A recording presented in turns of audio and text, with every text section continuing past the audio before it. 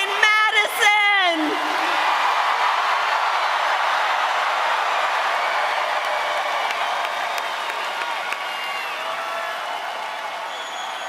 And you know I got some Madison cred, right? Oh, thank you all. It really is great to be back. Thank you all for being here. Thank you, everybody. Thank you. Thank you. And can we please thank Bill for fighting every day for the working people of America. And to everyone at Teamsters Joint Council 39, I am so honored and grateful for your endorsement. I will work so closely with you, as we always have, and we will win. And we will win. And we will win.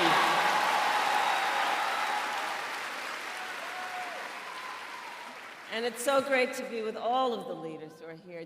This is an auditorium full of leaders, including our dear friend and your governor, Tony Evers.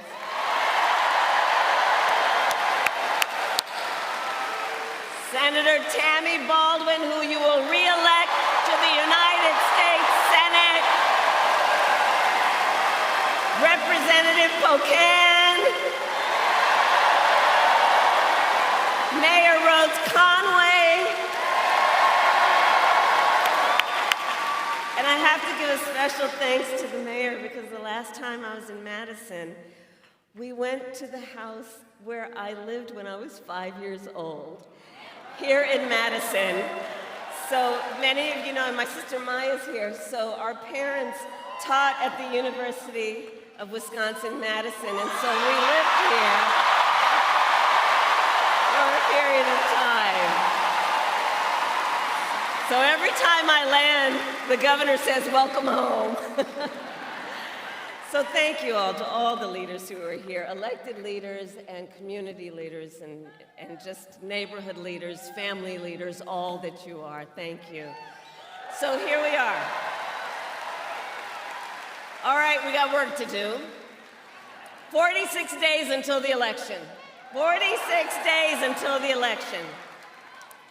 And what we know, this is going to be a tight race until the very end. So let's not pay too much attention to the polls, because let's be clear, we are the underdog in this race, and we have some hard work ahead of us. But here's the thing, we like hard work. We like hard work. Hard work is good work. Hard work is joyful work.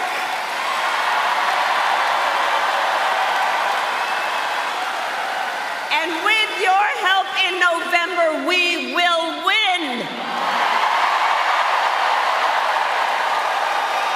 We will win. So, some of you might have seen the debate last week that I had with Donald Trump.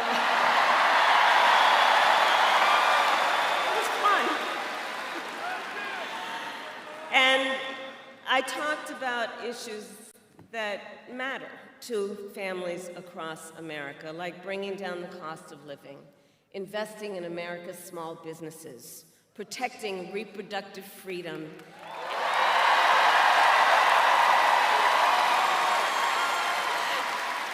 and keeping our nation safe and secure. But that is not what we heard from Donald Trump. Instead, it was the same old tired show.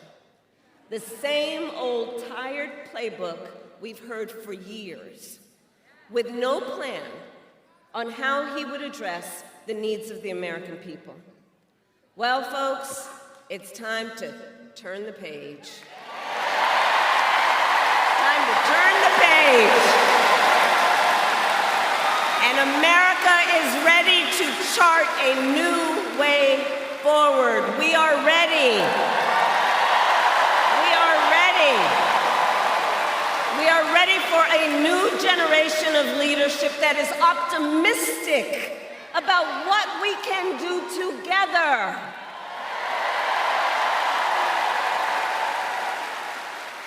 Because we're tired of all that division and hate they're pushing. We here know the vast majority of us have so much more in common than what separates us. And that's what our campaign is about. Understanding that this is a people-powered campaign, that this is a campaign about building community, building coalitions, reminding us all that we are all in this together and that we're gonna be good and all right. We're in this together.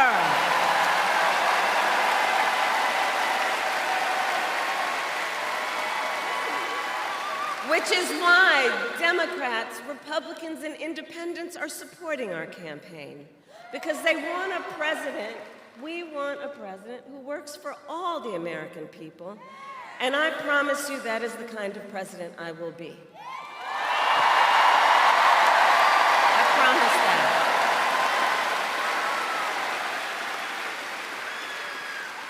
Now, many of you know my background. My entire career, I have fought for the people. As a young courtroom prosecutor in Oakland, I stood up for women and children against predators who abuse them.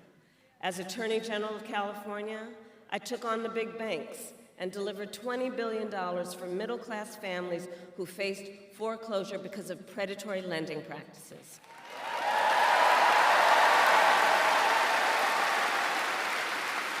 I stood up for veterans and students who are being scammed by the big for-profit colleges, and for workers who are being cheated out of the wages they were due, and for seniors facing elder abuse.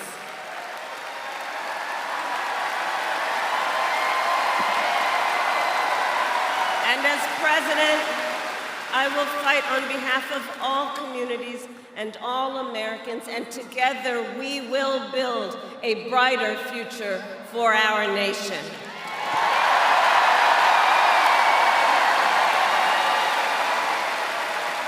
Together, we will build a future where we build what I call an opportunity economy, so every American has the opportunity to own a home, to build wealth, to start a small business.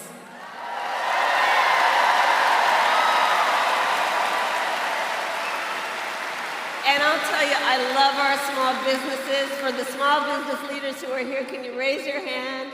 Our small business leaders are extraordinary.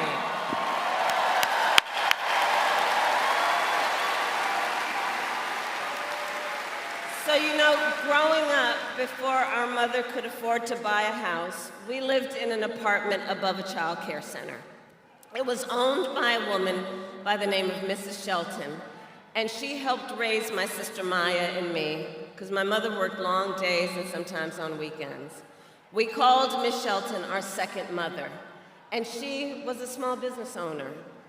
So from childhood, I have known the character and work ethic of our small business owners. And I know small business owners are the backbone of America's economy.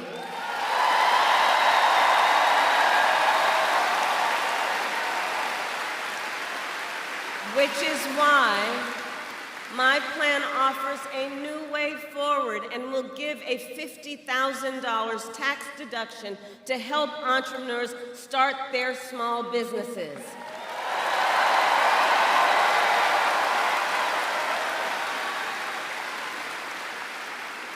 I also know we need to build more housing in America. You know, my mother saved up for years, and when I was a teenager, she was finally able to buy her first home.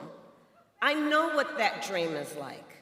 I know what it is like for people to work hard and to save up and have a dream that is about the dignity of their work and an investment in their future, the future of their family, an investment in the pride they so rightly deserve because of their hard work.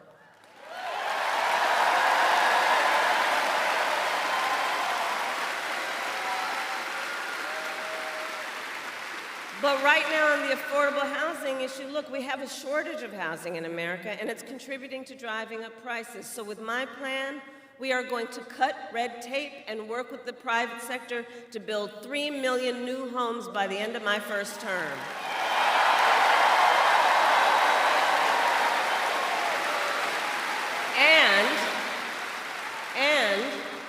provide first-time homebuyers with $25,000 in down payment assistance so they can just get their foot in the door.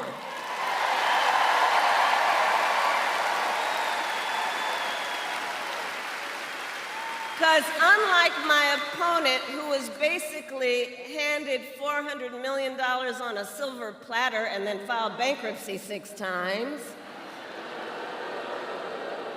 we know that most people need to just have the opportunity to actually get their foot in the door to achieve their dream and their aspirations.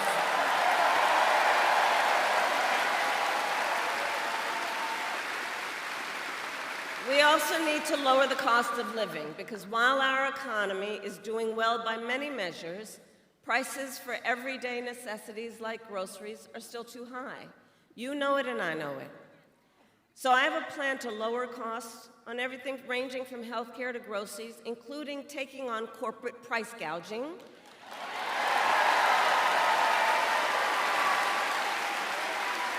And my plan includes giving a tax cut to 100 million Americans, including $6,000, by expanding the child tax credit for the first year of a child's life to help young and new parents buy a car seat, a crib, baby clothes, in that most significant phase of their development. And all of this is to say, I will always put the middle class and working families first. I come from the middle class, and I have never forgotten where I come from. And I never will. And I never will. Now, Donald Trump, well, he has a different plan. And in many ways, you've heard me say before, he is an unserious man.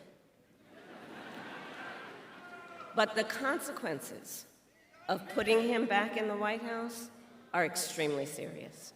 Extremely serious. Just Google Project 2025.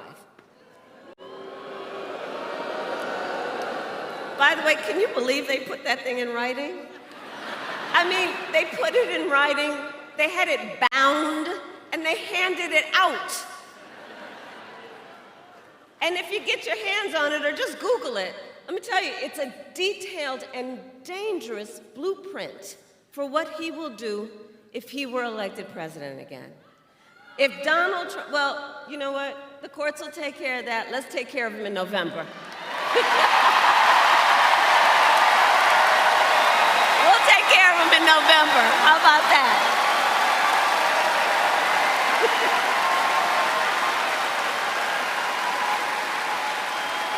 But if you look at what he's up to, Donald Trump will give billionaires and big corporations massive tax cuts. He intends to cut Social Security and Medicare. And he wants to impose what I call a Trump sales tax, because here's the thing. What he is proposing would be a 20% tax on everyday necessities, basic necessities, which economists estimate will cost most working families more than $4,000 a year extra. Think about that. And on top of all of that, he intends to end the Affordable Care Act. Remember, he tried 60 times when he was president. In fact, together with Tammy, I was a United States Senator. On the floor, I don't know where she is right now, but she'll remember, and we've talked about this. We were on the floor of the United States Senate in the middle of the night when one of those votes was up, when they were trying to get rid of the Affordable Care Act. And we were all standing around after we all voted to protect the Affordable Care Act. And we were all standing around. And then the big wooden doors to the Senate well opened, and in walked the late, great John McCain. Remember that? And he said, no, you don't. He said, no, you don't. Remember that?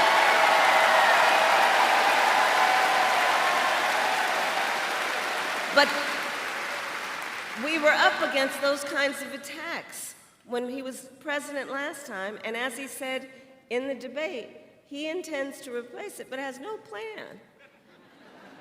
In fact, he has, quote, concepts of a plan. No actual plan, concepts. So, aside from that being laughable, it's very serious, because he's basically saying he would threaten the health insurance of 45 million people in our country based on a concept. And take us back. Remember those days when insurance companies could deny people with pre-existing conditions? Remember what that was like? Well, brother, we are not going back. We are not going back. We are not going back. We will not go back.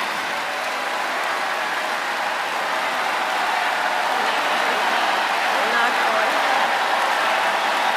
We're not going back. No, we are not. We will move forward. And just like Wisconsin's state motto tells us, forward is where we go.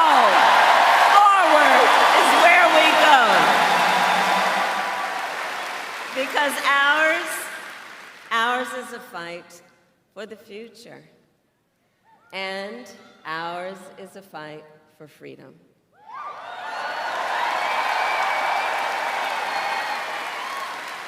Like the fundamental freedom of a woman to make decisions about her own body and not have her government telling her what to do.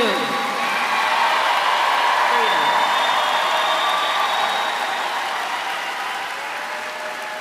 And we remember how we got here.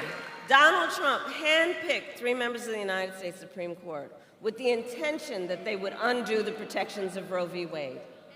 And they did exactly as he intended, and now in more than 20 states, we have Trump abortion bans, many with no exceptions even for rape and incest. It is immoral. It is immoral.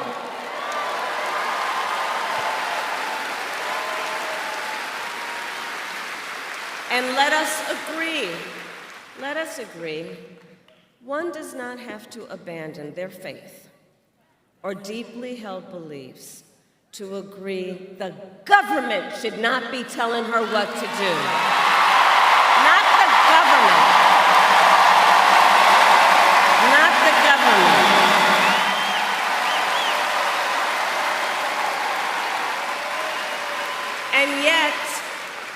And yet, in our debate, Donald Trump said that everyone wanted to overturn Roe.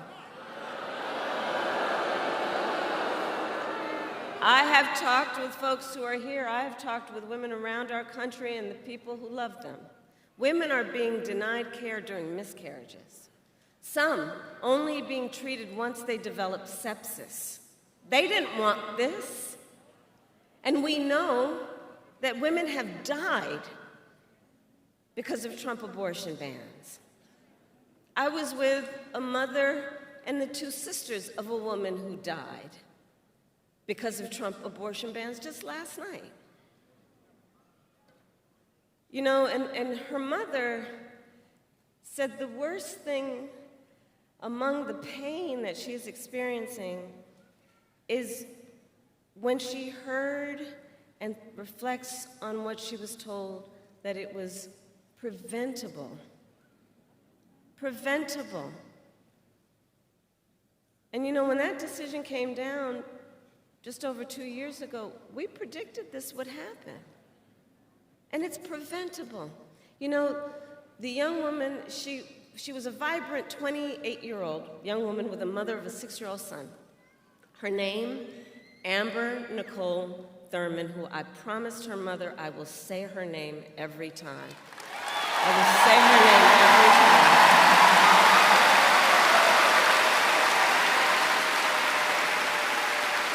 And so Amber was a medical assistant. She had just learned that she was accepted to nursing school. She had her whole future planned out. And her sisters and her mother were describing her to me, and they said, you know, she had such light, and she had ambition, and she had drive, and she was so proud that she had worked so hard, and she was finally gaining independence, that she found an apartment in a safe community. It had a little pool where her son could play, and she was so proud. She was so proud and so hopeful. And then she discovered she was pregnant, and she decided to have an abortion, but because of the Trump abortion ban in Georgia, she was forced to travel out of state to receive the health care that she needed. And when she returned to Georgia, she needed additional care, so she went to a hospital in Georgia. But under the Trump abortion ban, her doctors could have faced up to a decade in prison for providing Amber the care she needed. And so she waited for 20 excruciating hours. She waited as she deteriorated. And then she reached such a state, a critical state, that the doctors finally operated, and it was too late. And she died of sepsis. And recently, medical experts determined that Amber's death was preventable. So understand what a law like this means, what these kinds of laws mean. These kinds of laws under Trump abortion bans. It means doctors may have to wait until the patient is at death's door before they take any action. Nobody wants that. What is he talking about? Nobody wants that. Are we saying we're going to craft now public health policy so that doctors only kick in when you're about to die? This is one example of what is happening around our country right now. And this is a healthcare crisis, and Donald Trump is the architect. So I will say to you, because of why we are here, we're going to get Tammy reelected to the United States Senate.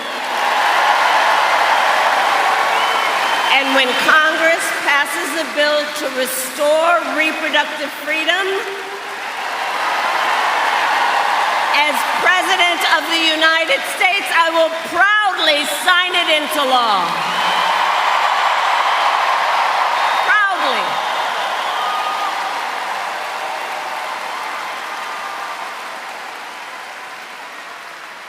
And across our nation, we are witnessing a full-on assault on other hard-fought, hard-won fundamental rights and freedoms, like the freedom to vote, the freedom to be safe from gun violence, the freedom to join a union, the freedom to love who you love openly and with pride.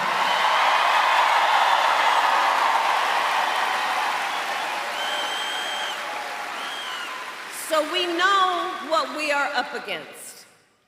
We are clear-eyed about what we are up against, and we remember that generations of Americans before us led the fight for freedom, and now the baton is in our hands. Now it's in our hands. It's in our hands. And so much is on the line in this election, and this is not 2016 or 2020. The stakes are even higher. Because remember, 2 months ago, the United States Supreme Court basically told the former president that he will effectively be immune no matter what he does in the White House. But think about that. Think about what that means. So before, at least, there was some threat of consequence. And now the court has made this decision. Think about that. Just imagine Donald Trump with no guardrails. He who has vowed to be a dictator on day one. He who has called for, quote, the termination of the Constitution of the United States of America. And let us be very clear. Someone who suggests we should terminate the Constitution of the United States should never again stand behind the seal of the President of the United States. Never again. Never again.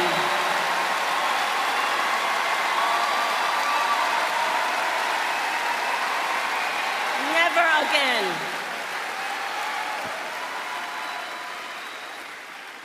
So Wisconsin, it all comes down to this. We are here together because we love our country. We love our country. And we understand the awesome responsibility that comes with the greatest privilege on earth, the privilege and pride of being an American. The privilege and pride of being an American. And I do believe that it is one of the highest forms of patriotism to fight for the ideals of our country and to fight to realize the promise of America.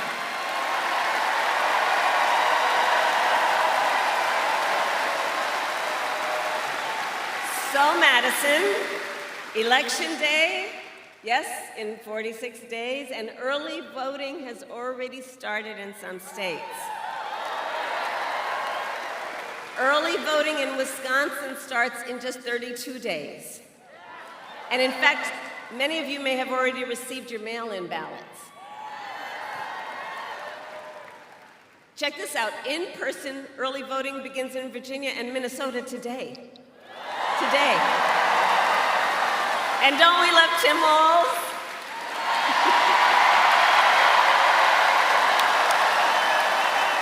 He's so good. He's so good. So all that to say, the election is basically here. It's basically here, and we have work to do.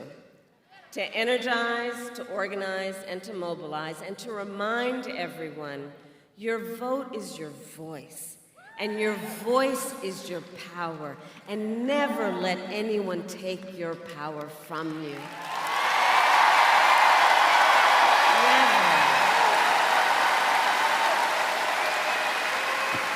So Madison, today I ask you, are you ready to make your voices heard?